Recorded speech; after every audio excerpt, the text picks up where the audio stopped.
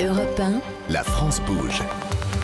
Elisabeth Assayag. C'est parti pour les trophées européens de l'avenir. La France bouge. Chaque jour, elle ou il pitch pendant 1 minute pour vendre leur projet, tenter de lever des fonds. Nous sommes le lien pour leur donner des conseils, pour les accompagner avec notre grand témoin du jour, attentif et exigeant, spécialiste en la matière. Thierry Mallet, vous êtes le directeur général de Transdev. Transdev, pour nos auditeurs, ce sont des cars, des trams, des trains, des lignes de métro. D'ailleurs, Thierry Mallet, vous connaissez tellement bien le sujet, vous l'avez analysé, que vous en avez fait un livre qui paraît aujourd'hui.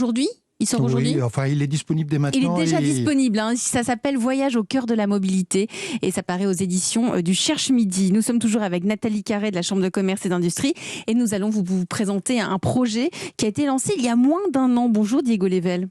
Bonjour. Vous avez 26 ans, vous êtes le cofondateur de Lowi, ça s'écrit L-O-E-W-I. C'est exact. C'est une start-up de vélo électrique reconditionné. Vous avez une formation d'ingénieur, vous avez eu pas mal d'expérience, notamment chez Veolia, et vous avez lancé Lowi. Alors c'est quoi Lowi ?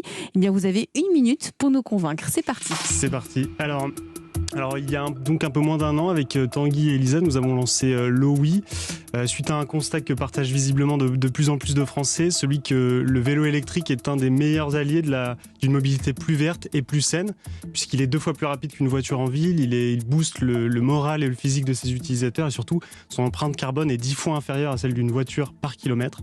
Alors notre mission chez Lowi est de le rendre plus accessible via la seconde main reconditionnée et certifiée. Pour cela, nous permettons aux particuliers et aux entreprises, leasers, loueurs ou indépendants qui vendent du cycle, de revendre leur vélo électrique que nous reconditionnons et que nous revendons en ligne sur notre site internet. Et pour répondre et pour encourager au maximum la remise en circulation sur le marché des vélos électriques, nous avons développé une offre de services de reconditionnement à destination des entreprises. Voilà, quasiment la minute. C'est bon, merci en tout cas Diego Level. Merci pour votre pitch. Merci de nous avoir présenté Lowi.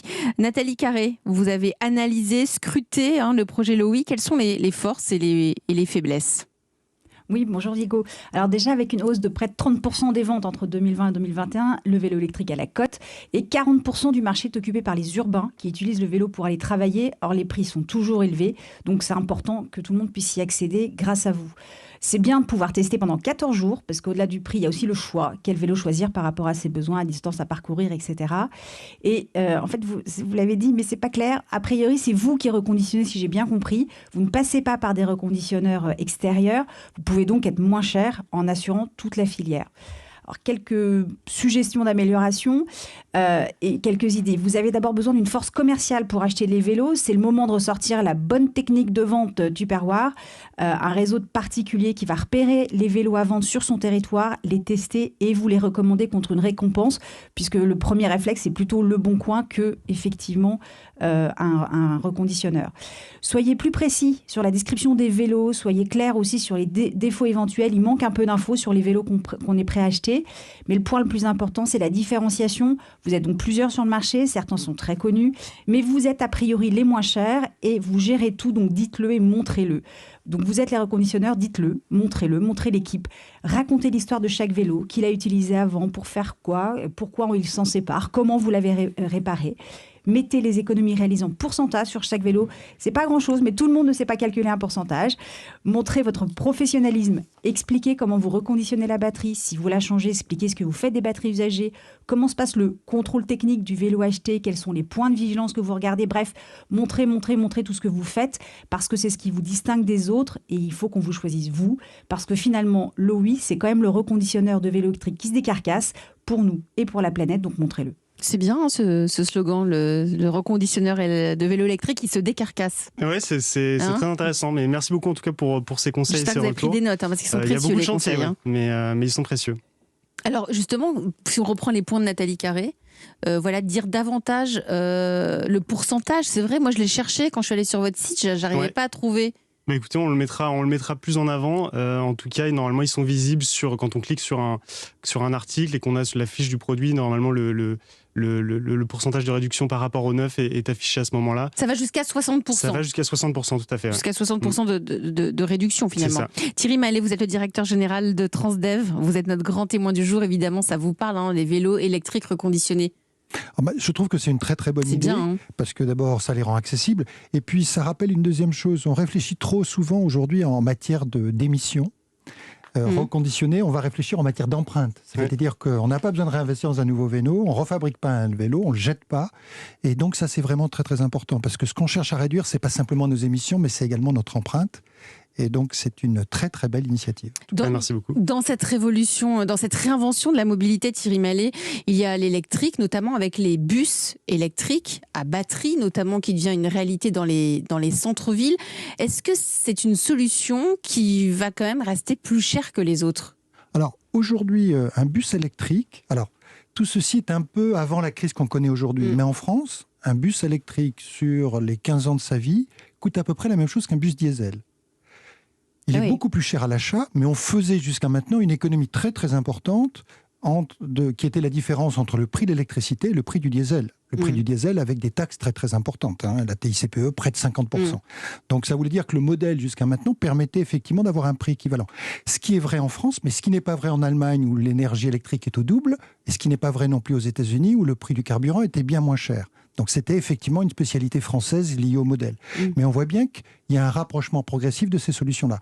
Et par rapport au vélo électrique, je rebondis par rapport à l'OVI, est-ce que pour vous, le vélo électrique, c'est ce qui réinvente réellement la mobilité ? Est-ce que c'est la solution pour vous ?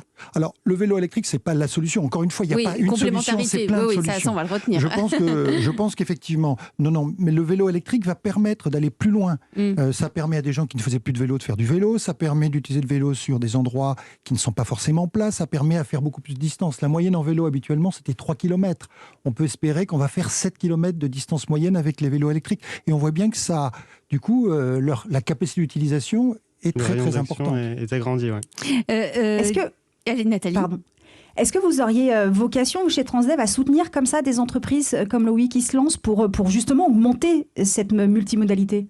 Alors tout à fait, on le fait. Alors d'abord, on a une offre de location de vélos électriques, avec Véligo. Oui, avec Véligo sous la bannière Véligo en Ile-de-France, ici en Ile-de-France. C'est très bien l'idée de pouvoir intégrer demain aussi des vélos recyclés dans l'offre. D'ailleurs, vous pourriez faire quelque chose comme vous le suggère Nathalie ? Oui, tout à fait. Non, et faire ce genre de proposition et accompagner sur les territoires où on est présent ce genre d'initiative me paraît une très très bonne solution. Diego, vous recherchez des fonds en ce moment ? J'en prends bien note en tout cas. Oui, tout à fait. Combien ? Vous avez besoin de financement ? Est-ce que vous pouvez nous être plus précis ? Oui, alors on est une jeune entreprise, mais les compétences dont on a besoin sont assez diverses pour augmenter par exemple l'efficacité de notre modèle qui est très opérationnel, parce que comme le disait l'intervenant, on reconditionne nous-mêmes les vélos, et pour donc optimiser tous ces process-là, on a besoin de beaucoup de développement informatique, numérique, d'outils technologiques. Donc vous avez besoin de talent. Donc on a besoin de talent, on a aussi besoin de mécaniciens cycles, qui sont une denrée très rare en ce moment avec l'explosion de la demande. Donc on est dans les financements et dans la recherche de talent. Ah ben vous avez du travail. Merci en tout cas d'être venu dans la France Bouge, Diego Level. On vous souhaite bonne chance. Donnez-nous de vos nouvelles, parce que chaque jour Nathalie Carré épluche et analyse les dossiers, et elle prend aussi de vos nouvelles. D'ailleurs, si on a envie de candidater pour venir dans la France Bouge, Nathalie, je crois qu'il n'y a qu'une adresse. Il n'y a qu'une adresse, e1-lafrancebouge@europe1.fr. Et vous aurez peut-être la chance de faire partie de nos candidats en route pour les trophées Europe 1 La France Bouge.